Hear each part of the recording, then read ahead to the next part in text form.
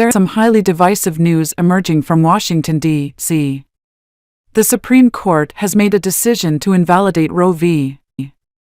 Wade, thereby eliminating the federal protection of abortion rights and transferring the responsibility of regulating abortion to the states. Following this ruling, individual states will have the authority to determine the legality and limitations of abortion, including timeframes and acceptable conditions. The vote passed with a majority of 6-3, and it is anticipated to generate considerable outrage among pro-abortion advocates. In several states, this ruling will have an immediate impact due to the presence of trigger laws that automatically revert to previous abortion laws if Roe v. Wade is overturned, which is now the case. Former President Barack Obama criticized the decision as an assault on fundamental freedoms, while former Vice President Mike Pence affirmed the value of life. Nancy Pelosi, the former Speaker of the House, denounced the ruling as a setback for women's rights, asserting that American women now have fewer liberties than their predecessors. Republicans argue that the right to terminate a pregnancy should never have been regarded as a fundamental right for anyone. They also contend that the presence of a developing fetus in one's body does not equate to the fetus being a part of one's body. Consequently, this is an issue that elicits strong opinions, often influenced by one's political affiliation, personal beliefs on abortion, gender, or upbringing. Concerns regarding President Biden's mental health are mounting after he unintentionally revealed a cheat sheet index card during an important meeting. The card contained simple instructions that appeared to be written for an elementary school-aged person, such as entering the room, finding a seat, and reminders to breathe. Biden, who will turn 82 in 2024, has expressed his intention to run for the presidency of the United States. However, behind the scenes, many Democrats are actively searching for a potential replacement candidate to challenge the incumbent president. Recent data indicates that the average household income has actually declined. In 2019, the average income stood at $70,000 per household, but it has now fallen to $67,500, resulting in a decrease of $200 per month or $2,500 per year since the end of the pandemic. As the cost of living continues to rise, the average household income has likely decreased. Additionally, the Federal Reserve's data reveals that despite consecutive interest rate hikes, job stability remains intact and home sales, albeit at a slower pace, are still ongoing. This positive news contradicts expectations of widespread layoffs resulting from the increased interest rates. Let us hope and pray that the employment situation remains favorable.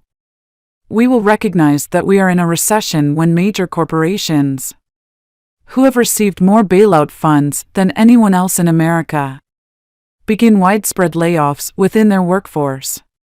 Yesterday, Jennifer Granholm, Biden's energy secretary, met with prominent oil companies to discuss potential measures to address the issue of high gas prices. This marks a significant step for the Biden administration, demonstrating their willingness to engage with the very entities they have been blaming for months regarding the soaring gas prices. Following the meeting, the CEO of Chevron expressed that the discussion was constructive and focused on both immediate challenges and long-term stability in energy markets. Chevron was not the only oil company to provide positive feedback. The American Petroleum Institute, representing all major oil companies, also described the meeting as constructive.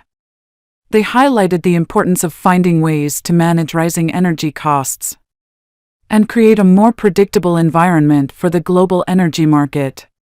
Essentially, their aim is to save money for the American people and ensure confidence in investments. without being undermined by aggressive green energy initiatives. If these statements genuinely reflect the company's intentions, which I hope they do, we may witness significant oil investments in American infrastructure. As a result, we could potentially see increased support from the White House and a gradual decrease in gas prices at the pump. The fact that oil companies and the White House are finally engaging in meaningful dialogue is encouraging news. It signifies a shift from mere blame and finger-pointing to a willingness to address the root issues and work towards solutions for the American people. This could be the change we have been waiting for from the White House to alleviate gas prices. And I wanted to share this positive development with you in an effort to combat his low poll numbers. It seems that Biden is reconsidering his stance on gasoline as he faces the ongoing January 6th hearings. Yesterday, the focus of the hearings was on Trump's alleged attempt to create internal turmoil within the Department of Justice. Reportedly, Trump requested the department's support in his claims of voter fraud, and even contemplated replacing officials who dismissed his requests. Jeffrey Clark, the environmental lawyer I mentioned before, who formerly led the Department of Justice's Civil Division, was the individual Trump sought to bring in to investigate voter fraud. However, Trump ultimately abandoned this course of action due to a perceived lack of support. Furthermore, many others within the Department of Justice expressed their intention to resign if Trump persisted in his actions.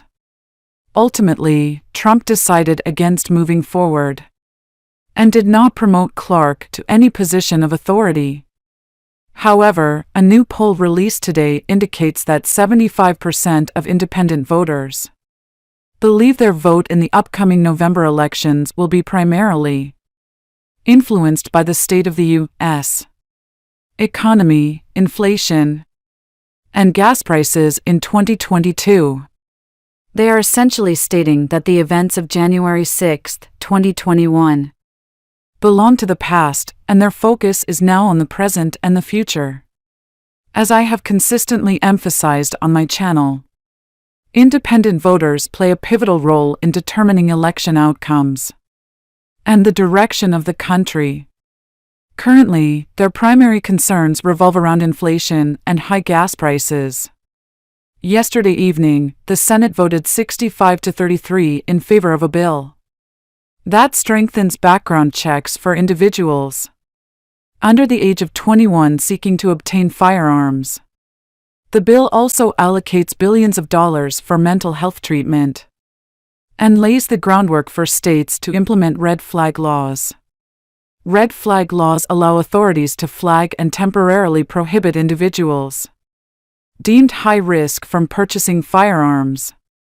Both Republicans and Democrats have hailed this legislation as the most significant anti-gun measure in the past 3 decades. In another development, President Biden announced an additional $450 million in aid to Ukraine, bringing the total to over $6 billion in the last 90 days. The aid package includes ammunition, machine guns, grenade launchers, rocket systems, boats, and tactical vehicles. John Kirby, the National Security Council coordinator, affirmed that the United States remains committed to strengthening Ukraine's defenses, supporting its sovereignty, and preserving its territorial integrity. Essentially, more financial support is being provided to Ukraine. The stock market is experiencing a mostly positive day, with stocks perceiving the Federal Reserve's actions as normal and not excessively aggressive. Surprisingly, Bitcoin has seen a 14% increase from its lowest price, while Ethereum has surged by 34%. This upward trend in cryptocurrencies is catching the attention of crypto hodlers, as their asset class shows signs of recovery and is outpacing the growth of many stocks. Lastly, Nancy Pelosi's husband has been charged with a misdemeanor for driving under the influence. It has